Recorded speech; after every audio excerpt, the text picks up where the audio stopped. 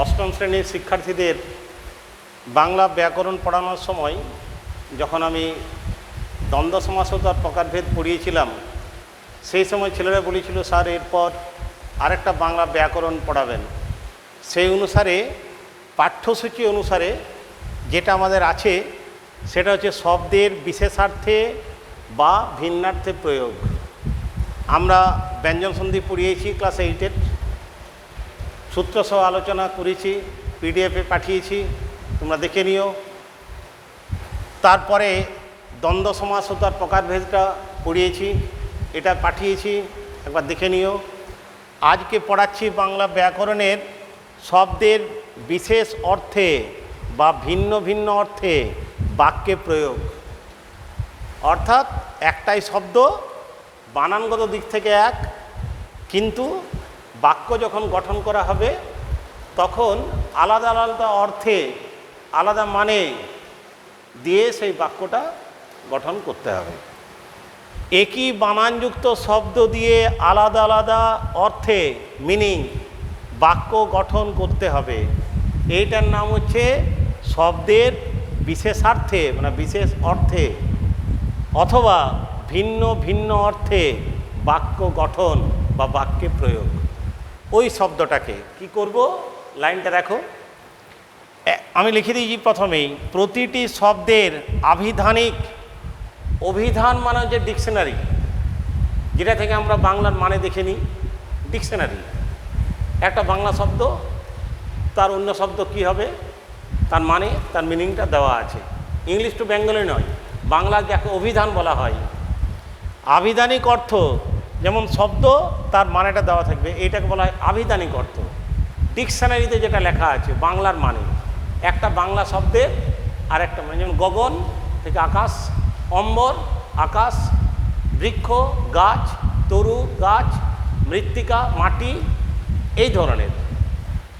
ছাড়া ওই শব্দটিকে অন্য অর্থে বাক্যে প্রয়োগ করতে হবে। আভিধানিক অর্থ একটা থাকবে, এছাড়া আর একটা অর্থ থাকবে, তাছাড়া আর একটা অর্থ থাকবে, অর্থে বাক্যে প্রয়োগ করতে হবে। শব্দ দিয়ে বিশেষ বিশেষ অর্থে বাক্য গঠন করার জন্য আমাদের ছাত্রদের কি জানতে হবে, শব্দ চয়ন, ভালো ভালো শব্দ ভাণ্ডার, বাংলা শব্দ ভাণ্ডার থেকে তৈরি করতে হবে, জানতে হবে। শব্দের অর্থ, ওই শব্দের মানেটা নিখুঁতভাবে জানতে হবে, নইলে বাক্যটা গঠন করতে পারবে না। শব্দের মানে যদি পরিষ্কার না জানা থাকে তাহলে ওই শব্দ দিয়ে বাক্য গঠন তুমি কিছুতেই করতে পারবে না। মানেটা জানবে তবে তো বাক্যটা হবে। বাক্য গঠনে শব্দটির যথার্থ প্রয়োগ করার ধারণা থাকা চাই। প্রত্যেকটি শিক্ষার্থীকে এই শব্দ চয়ন, শব্দ সম্পর্কে জ্ঞান থাকবে। শব্দের মানেটা অবশ্যই জানতে হবে, কোন শব্দের মানে কি, এবং যে শব্দের মানেটা ডিকশনারিগত মানে ছাড়া, আভিধানিক অর্থ ছাড়া অন্য যে দুটো অর্থ আছে সেই দুটো অর্থ দিয়ে দুটো বাক্য করতে হবে। তার মানে মোট একটা শব্দের 3টে করে বাক্য লিখতে হবে। একটা শব্দ দিয়ে 3টে বাক্য গঠন করতে হবে, 3টে বাক্যের আলাদা আলাদা মানে হবে। আমি পড়াচ্ছি, আসছি, এইটা দেখেই বুঝতে পারবে যে কি হবে। আমরা বই অনেক পড়ে নিয়েছি, তার চাইতেও বই পড়ার আগে শব্দ সম্পর্কে একটু ধারণা আমাদের থাকা দরকার। আমি একটু বলে দিই, একটা শব্দের, প্রত্যেকটা শব্দের 3টে করে মানে, একটা শব্দের 3টে করে মানে হবে। এই যে 1, এটা যে 2, এটা যে 3। প্রথম যে শব্দটা সেইটার মানে হচ্ছে আভিধানিক, জাস্ট মানে তার আভিধানিক। অভিধান মানে ডিকশনারি, বাংলায় অভিধান শব্দটির অর্থ, ইংরেজিতে ডিকশনারি। আভিধানিক অর্থ দিয়ে বাক্য গঠন, মানেটা লিখে দিতে হবে, এই আভিধানিক অর্থটা লিখতে হবে। ওইটাতে আমি পড়াবো একটু পরেই। দ্বিতীয় নম্বর হচ্ছে প্রচলিত অর্থ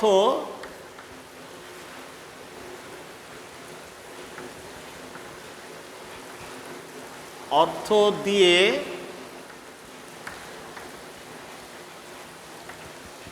বাক্য গঠন, এটার নাম হচ্ছে লক্ষণা। এটা যে সাধারণ অর্থ, এটা হচ্ছে লক্ষণা। আর একটা গভীরার্থ, এটা হচ্ছে ব্যঞ্জনা। গভীরার্থে বাক্যে প্রয়োগ। প্রত্যেকটা শব্দের তিনটে করে মানে, প্রত্যেকটা শব্দের তিনটে বাক্য গঠন আমি পড়াচ্ছি। যেগুলো পাঠ্য বিষয়ে আছে সেগুলোই পড়াবো। অনেক কটা আছে, অত বেশি জানার দরকার নেই। পাঠ্যসূচিতে যতগুলো দেওয়া আছে ততগুলো আমরা করে নেব। এই তিনটে আমাদেরকে জানতে হবে। এরপর প্রত্যেকটা শব্দ, কোন কোন শব্দগুলো করব আমি দেখিয়ে দিচ্ছি। আমি এই শব্দগুলো দিয়ে বাক্য গঠন করে তোমাদের পিডিএফে যেটা পাঠানো হয় ক্লাস নোটসে, ওটা আমি পাঠিয়ে দিব আগামীকাল। ওটা তোমরা একবার ভালো করে দেখে নিও। ওটা খুলবে, সমস্ত বাক্য অর্থ সমেত ওটাতে লেখা আছে, উইথ মিনিং।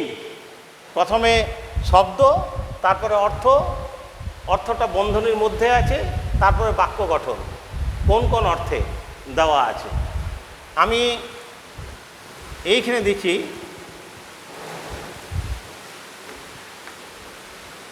কথা, এইটা দিয়ে তোমাকে তিনটে অর্থ দিতে হবে। এটা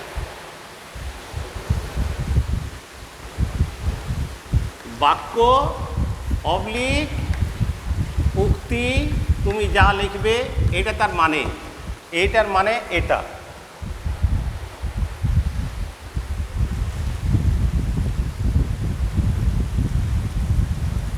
কথা না বললে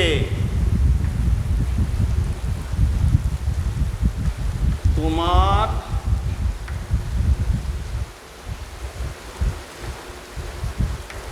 মনের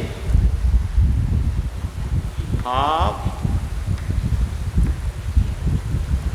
প্রকাশ হবে না। যদি না লিখে দাও, যারা পড়াশোনা করে না তারা মনের ভাবটাকে কথার মধ্য দিয়ে বলে। কথা মানে উক্তি, কথা মানে বাক্য, সাধারণ অর্থ। কথা বলো, চুপ করে আছো কেন? সাধারণ অর্থ। বোবা কথা বলতে পারে না, উচ্চারণ শক্তি নেই, বাক শক্তি হারিয়ে গেছে। এইটা হচ্ছে কথা।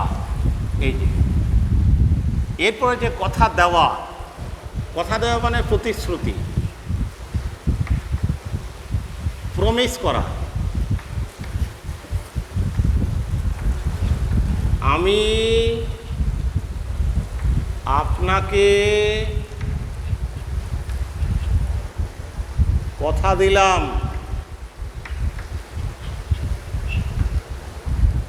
আগামীকাল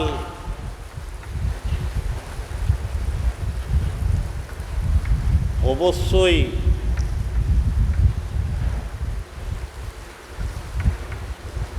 সেখানে যাব।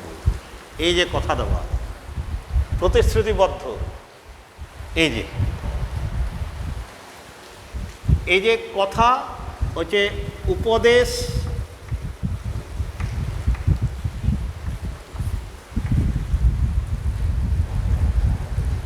বাবা মা কিংবা গুরুজন যা বলবে, গুরুজনদের কথা পালন করা উচিত।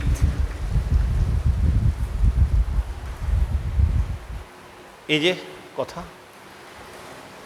কথা মানে গল্প, কাহিনী।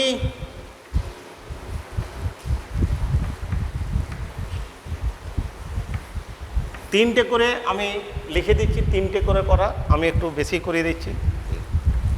রূপকথার গল্প, রূপকথার গল্প, কথাও গল্প। শুনতে ভালো লাগে। কথা, কথায় কথায় দিন কেটে যায় অনেক গল্পে। যখন আমরা বলবো কথা কাটাকাটি, এরকম।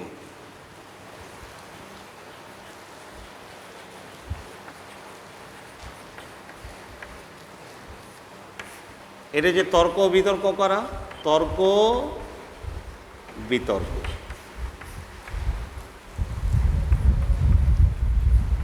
শিক্ষক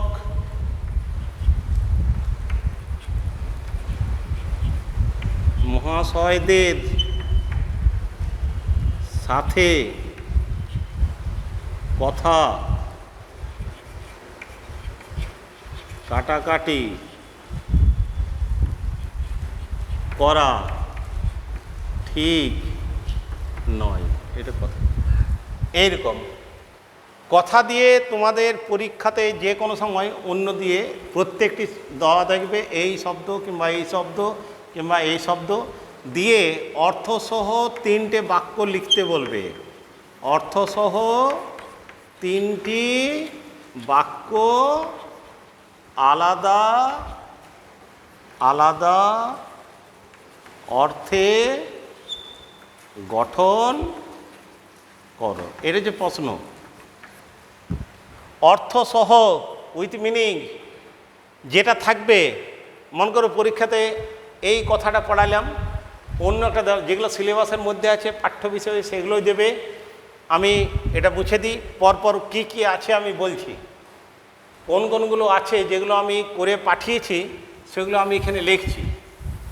এই বাদ দিয়ে, সিলেবাসের বাদ দিয়ে তো আর থাকবে না।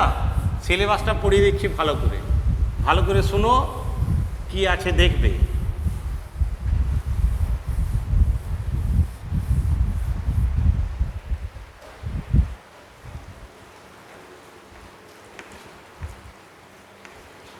উত্তর, এটা যে আমরা সবাই জানি সাধারণত উত্তর মানে জবাব, রিপ্লাই।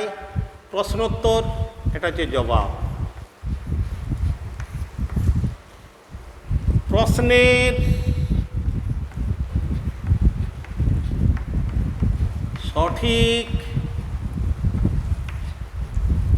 উত্তর লিখতে হবে। আনসার, কোশ্চেন মানে প্রশ্ন, আনসার মানে উত্তর। জবাব, আমার কথার উত্তর দিচ্ছ না কেন, প্রশ্নচিহ্ন। একজন বলছে, ও নীরব আছে, উত্তর, রিপ্লাই। উত্তর হচ্ছে আর একটা দিক, দিক বিশেষ। যখন এটা দিয়ে বাক্য করবো আমরা জানি আমাদের দেশের মানে ভারতবর্ষের, ভারতের উত্তর দিকে মানে উত্তরে হিমালয় পর্বত রয়েছে। ভারতের উত্তরে হিমালয় পর্বত, উত্তর দিক। উত্তর মানে পরবর্তী, পরবর্তী।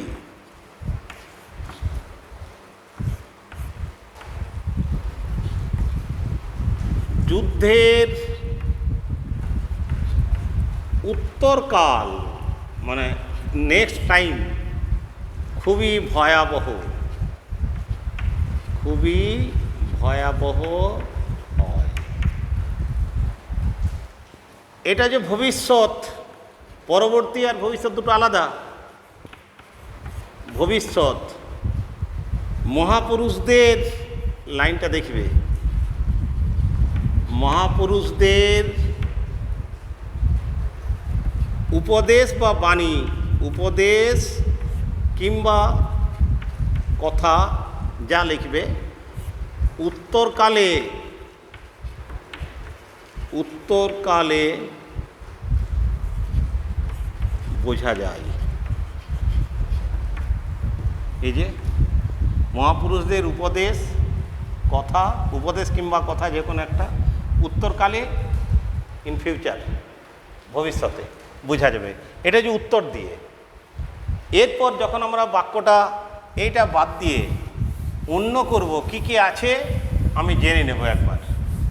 কথা হলো, উত্তর হলো, মন আছে, পাকা আছে, হাত আছে।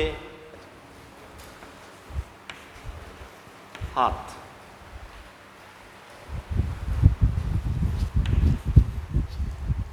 হাত মানে হচ্ছে হস্ত, মানে হ্যান্ড।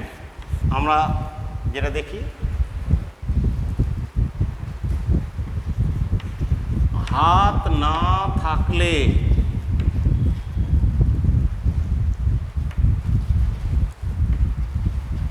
কাজ করতে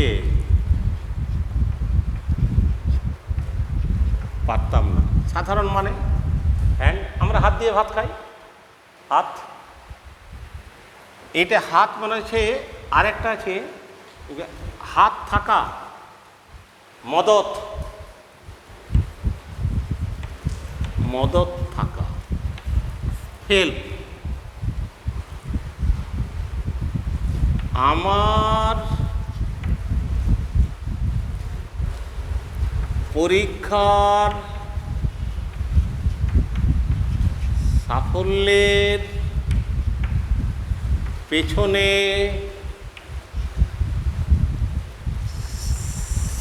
শিক্ষক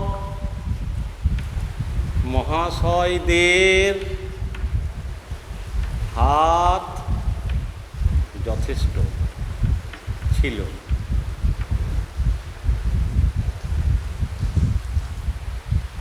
এই যে হাত, কিংবা ছেলেটি চাকরি পাওয়ার পিছনে রাজনৈতিক দাদাদের হাত রয়েছিল। যোগ্যতা না থাকা সত্ত্বেও ছেলেটি ভালো চাকরি পেল, রাজনৈতিক দাদাদের হাত ছিল বলেই। হাত, মদত থাকা। আমরা ওই ধরনের বাক্য লিখব না, এই ধরনের লিখব। আমার পরীক্ষার পিছনে আমার পরিশ্রমে সব থেকে বেশি হাত। আমার পরীক্ষার সাফল্যের পিছনে, আমার কৃতিত্বের পিছনে, আমার জীবনে সাফল্যের পিছনে আমার মায়ের অবদান, মায়ের হাত অনেক বেশি। এরকম লিখলেন। এই যে হাত, এখানে আরেকটা শব্দ আছে হাতাহাতি, মারপিট করা। কথায় কথায় এটা হচ্ছে হাতাহাতি, এটা হচ্ছে মারামারি। হাতে হাতে যে লড়াই,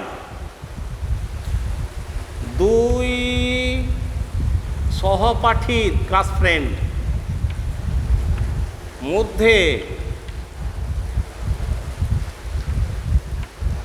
তর্ক বিতর্ক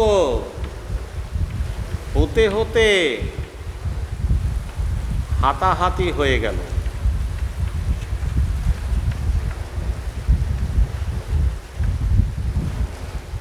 এই যে হাত, হাতাহাতি, লড়াই, ঝগড়া, বিবাদ। যখন আমরা এই প্রত্যেকটা শব্দ পড়ব তখন আমরা দেখে নেব যে কি আছে কি নেই।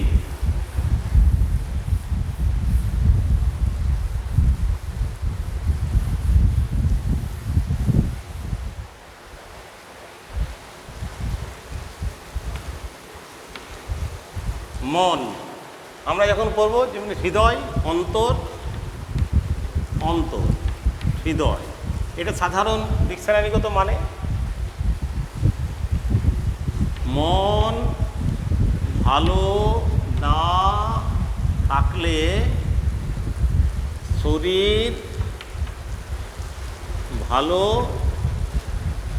থাকবে না। এই যে সাধারণ অর্থ, ডিকশনারিগত মানে।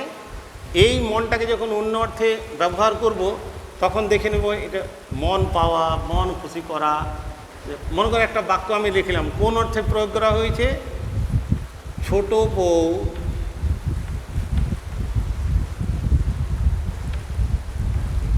অত করেও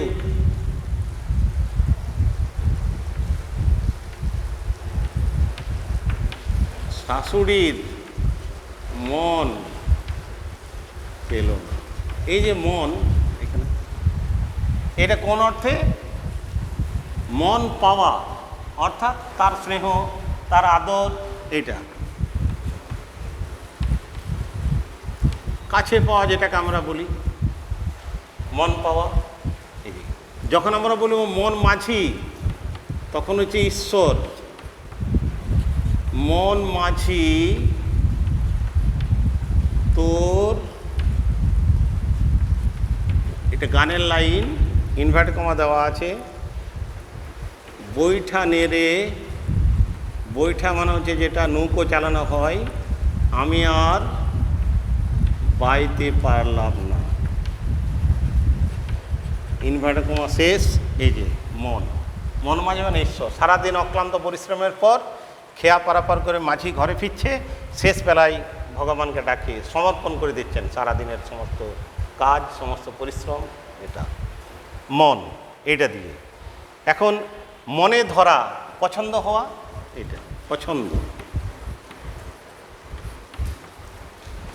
বাক্যটা এরকম লিখবে, দোকানে গিয়ে জামাটি আমার মনে ধরেছে। এই জামাটা দেখার পরেই মনে হবে আমি এটা কিনে নিই। বই মেলাতে গিয়ে বইটি দেখে আমার মনে ধরলো, মনে হয় এটাই কিনি। মনে ধরা, কারণ পছন্দ হয়। এইভাবে বাক্যগুলো লিখতে হবে। এরপরে যখন পড়াবো তখন তুমি, আমি লিখে পাঠিয়ে দিয়েছি সবগুলো, যদি না পারো বুঝতে আমাকে জিজ্ঞেস করবে। আমি সমস্ত এই শব্দের বিশিষ্ট অর্থে যেটা, সেটার কিভাবে প্রয়োগ হবে সব বুঝিয়ে দেবো। কোন ব্যাকরণটা একটু নিজেকে খাটতে হবে, নিজেকে পড়তে হবে। কোন কোনগুলো সিলেবাসে আছে আমি পিডিএফে সব লিখে পাঠিয়েছি, তোমরা একবার দেখে ঠিক করে নিও যে কোনটা কোনটা আছে। ঠিক আছে, ভালো থেকো।